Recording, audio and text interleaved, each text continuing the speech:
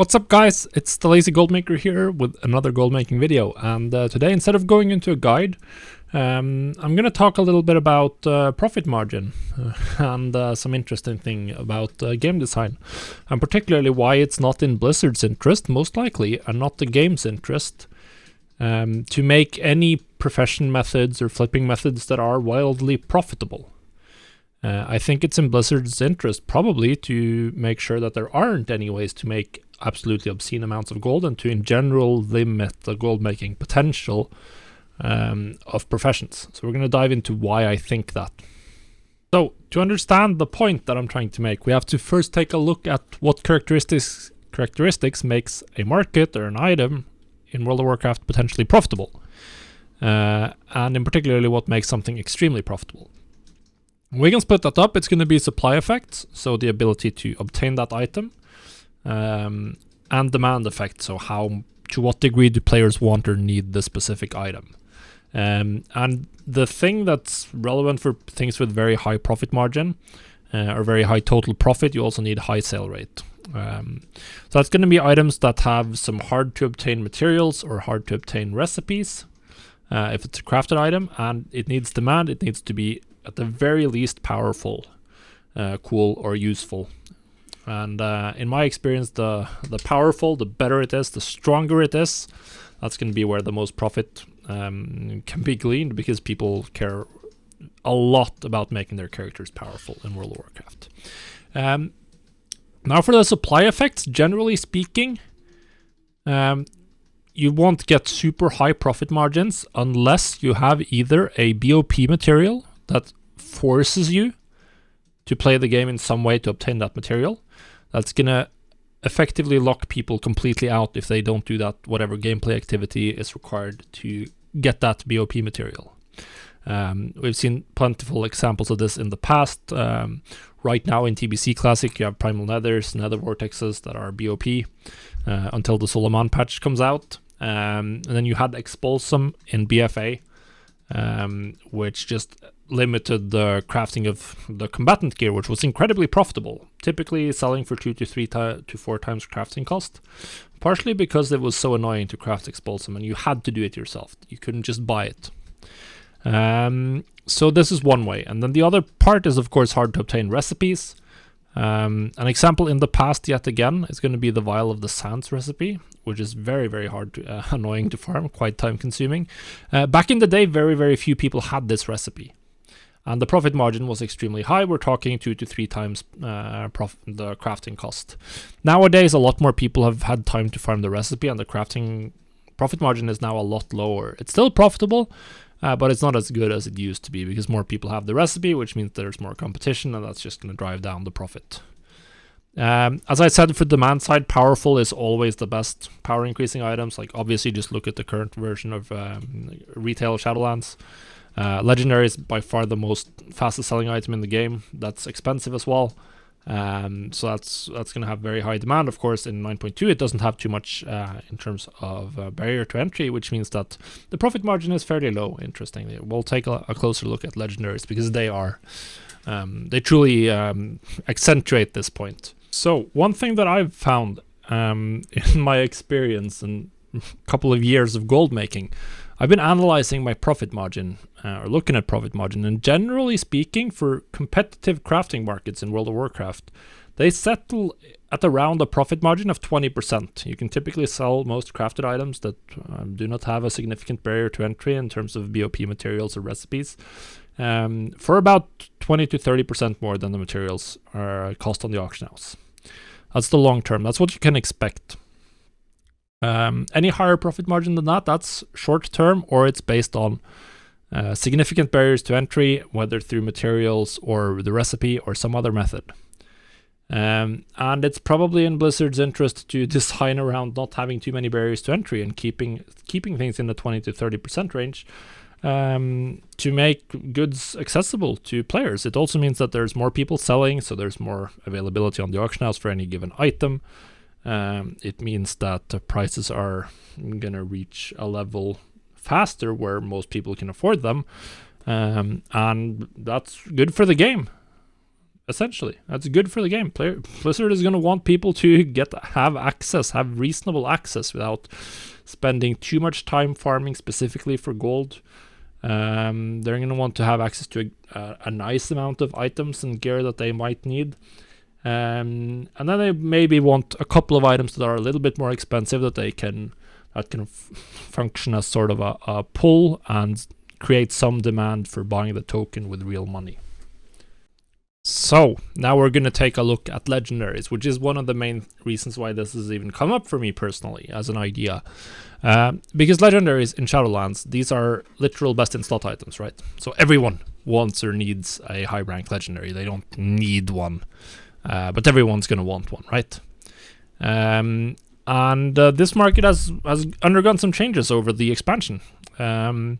And that's quite interesting to look at, because we can even see right now that based on how 9.2 legendaries are compared to 9.1, the profitability is a lot lower. They seem to, whether that's by design or not, I personally think it's by design. I think they've wanted to make legendaries less expensive in 9.2 than they were in 9.1. But we can take a look at why as well, because it's very interesting. Now, at launch, if we're looking at launch, this is 235 Shadow Gas Greaves. I've taken up some stats here. We can see that, of course, right away the price was very high, and then it stabilized at somewhere between. Well, I think this week is where you could craft it, which is where the price exploded again after being pretty cheap for a little while, and then they were selling for about 50,000. For quite a while, and then the price didn't go down until a couple of months in, essentially. We don't have the crafting cost at this point, at least not from the Undermined Journal directly available, but this was incredibly profitable. I was in the market on this realm, and I was making a lot of money. And this was not too expensive. 50,000 is a good chunk of gold, but it's not like outrageously expensive, but it was very high profit margin for quite a while.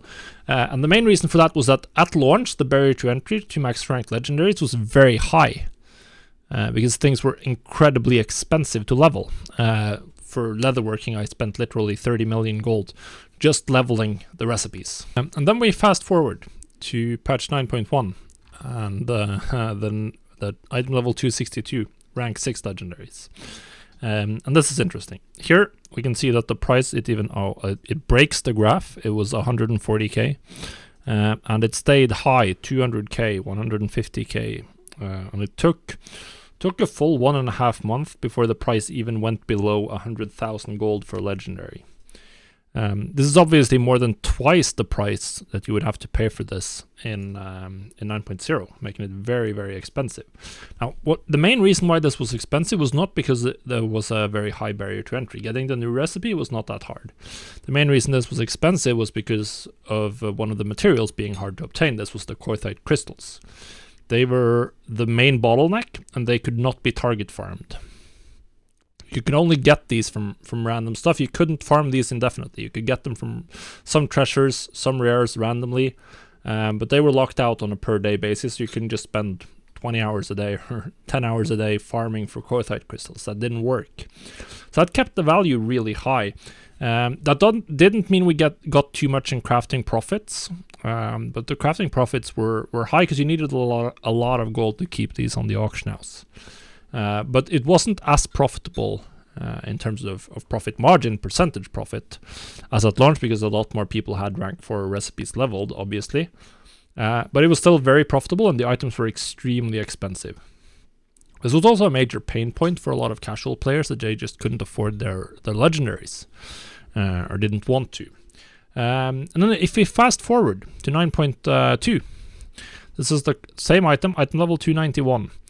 So in the first 2 weeks, this was still like almost 200,000 gold, these rank 6s in 9.1.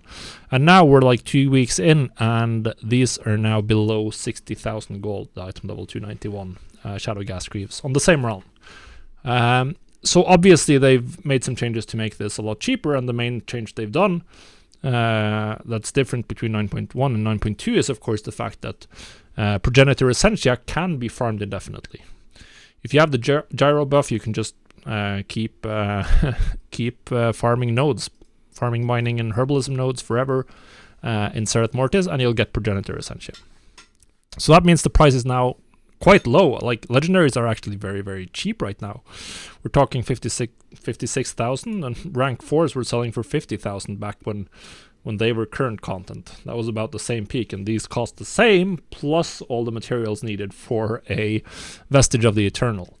So in general, the legendaries are pretty cheap right now. So this seems desired from Blizzard's point of view. It seems to me that they definitely didn't want a repeat of this extremely high price for a very long time that they had with the rank 6 legendaries. And that made a lot of people a lot of gold, of course, because if you're making 20% profit per item, well, you're going to make more gold per item if the item is selling for 200,000 gold than if it's selling for 50,000 gold. That's a huge difference. I don't think they did this specifically to to target gold makers, but I do think that this was a little bit on purpose. Now, Blizzard has also made one other major change to legendaries that had a significant effect, and we can see this very clearly if we look at rank 4 legendaries here, for instance. Because from 9.0 all the way up until the launch of 9.1.5, you needed Soul Ash or Soul Cinders to upgrade your legendaries, and you could only get those from Torghast, and they were on a weekly lockout. And what do we see here? We see here that pretty much on a weekly basis, the price is spiking up and down, up and down, up and down. We see tons of little small peaks and throws. This is happening consistently throughout the entire expansion until about, well, 9.1.5, somewhere here. It's less pronounced, but here we can see it. This was a significant, like, demand spiked up on Wednesdays or Tuesdays, depending on your region. And you sold a huge amount of legendaries. The auction house would often run out, and people could do resets and increase the price up. As you can see here, like a couple of weeks later, it's almost the same price as it was at launch. This obviously increases your profit margin quite significantly. If you're even profitable, let's say this week right here, maybe you're barely profitable at 30,000 gold, and then someone resets the price up to 50,000. Suddenly you're doubling your gold, and your profit is suddenly like 20, 30 times higher than it was before the reset. So this is obviously, of course, really good for gold makers to have demand that spikes up and down. Now in 9.1.5, they just let you farm as much Soul Cinders as you can be bothered in a single week. Soul Ash as well. And with 9.2, Cosmic Sucks is not limited at all. And we can see this here. There's been a couple of resets of this item, but in general, the price is very flat and just a slow trend downwards, which is what you expect with a new item using new materials that are going to trend downwards in price. We might see a spike up, not for this item in particular, for the Unity Legendary. So this is also a change that they've done. I think this didn't have anything to do with gold making, but I think they might take some lessons from this. This might, if they're looking at economic data, I think they're going to conclude that this is probably better for the overall game experience, and that's what we're going to go into next. So this is an example of the kind of profits you can get when there is a high barrier to entry. K-Check, he's a gold maker and YouTuber. You should check him out if you haven't already. I'll leave a link to his channel in the description. But he hyper grinded the Enlightened rep at the beginning of 9.2.